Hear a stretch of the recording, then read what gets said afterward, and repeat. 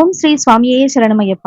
అందరికీ నమస్తే అండి. Welcome to Mukunda vlogs. ఈ రోజైతే మనము దర్శించుకోబోతున్నది ఎంతో ప్రశాంతంగా భక్తి వాతావరణంతో నిండిపోయిన ఒక అందమైన అయ్యప్ప స్వామి దేవాలయము.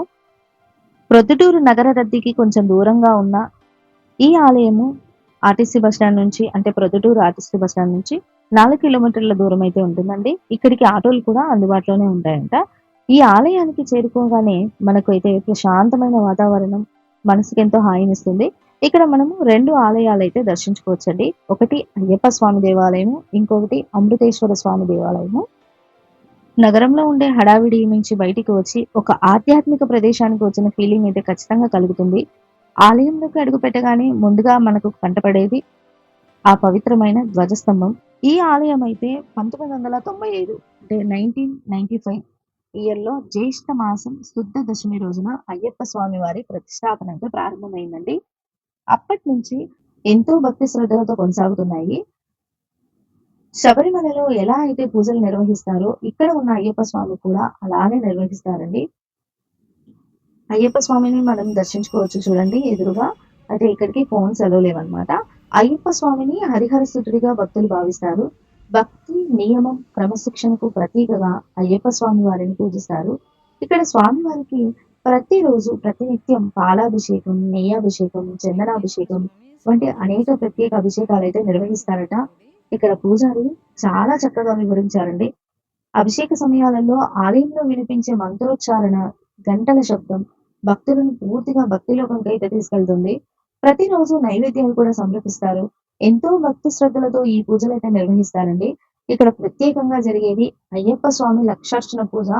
ఇంకా ఆ సమయంలో స్వామియే శరణమయ్యప్ప అంటూ భక్తులు చేసే నామస్మరణ వింటే ఎంతో భక్తిభావం కలుగుతుంది. అలానే ఇక్కడ పడి పూజలు కూడా ఎంతో ఘనంగా జరుగుతాయండి. ప్రత్యేకత కూడా. ఇక అయ్యప్ప స్వామి భక్తులకైతే పడి పూజ ఎంతో పవిత్రమైనది.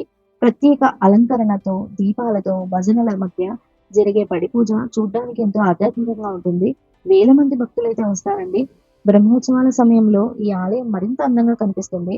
ఆలయం మొత్తం లైటింగ్స్ తో అలంకరించి భక్తులతో కలకలలాడుతూ ఉంటుందంట. ఇప్పుడు ఈ ఆలయంలో ఉన్న ఉప ఆలయాల గురించి మనం తెలుసుకుందాం.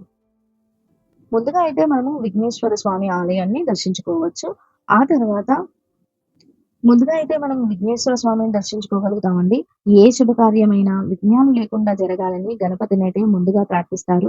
అలానే ఇక్కడ సంకష్టహర గణపతి చతుర్థి పూజలైతే చాలా ప్రత్యేకంగా నిర్వహిస్తారంట. ఇంకా ముందుకు వెళ్తే మనకు షణ్ముఖుల వారు దర్శనమిస్తారు. అంటే సుబ్రహ్మణ్య స్వామి వారు దర్శనం కలుగుతుందన్నమాట. ఇక ఇక్కడ సుబ్రహ్మణ్య స్వామి వారికి ప్రత్యేక అర్చనలు నిర్వహిస్తారండి. అలానే దంపతులు పాల్గొనే ప్రత్యేక పూజలు కూడా ఇక్కడ జరుగుతాయి.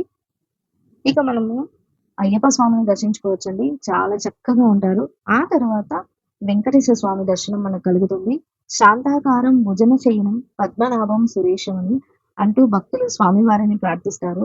ఆ తర్వాత లక్ష్మీదేవి అమ్మవారి దర్శనం కలుగుతుంది. నమస్తేస్తు మహామాయి శ్రీపీఠ సురుపూజితే అంటూ అమ్మవారిని దర్శించుకుంటారు. భక్తుల ఐశ్వర్యం, సుఖ సంతోషాలు కలగాలని ప్రార్థనలు కూడా చేస్తారు.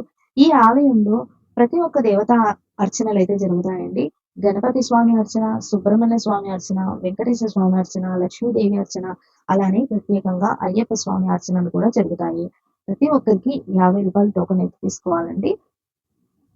ఇంకా ఈ 5 మంది దేవతలకు ఒకేసారి అర్చన చేయడానికి ప్రత్యేక టోకెన్ అయితే అందుబాటులో ఉంటుంది. నేనైతే ఈ ఆలయానికి సాయంకాలం వచ్చానండి. కాబట్టి నాకంత విజువల్స్ లేవన్నమాట. కానీ ఇక్కడ ప్రశాంతమైన వాతావరణం అయితే కలిగింది. అమృతేశ్వర ఆలయం గురించి నెక్స్ట్ వీడియోలో పూర్తిగా చెప్తానండి.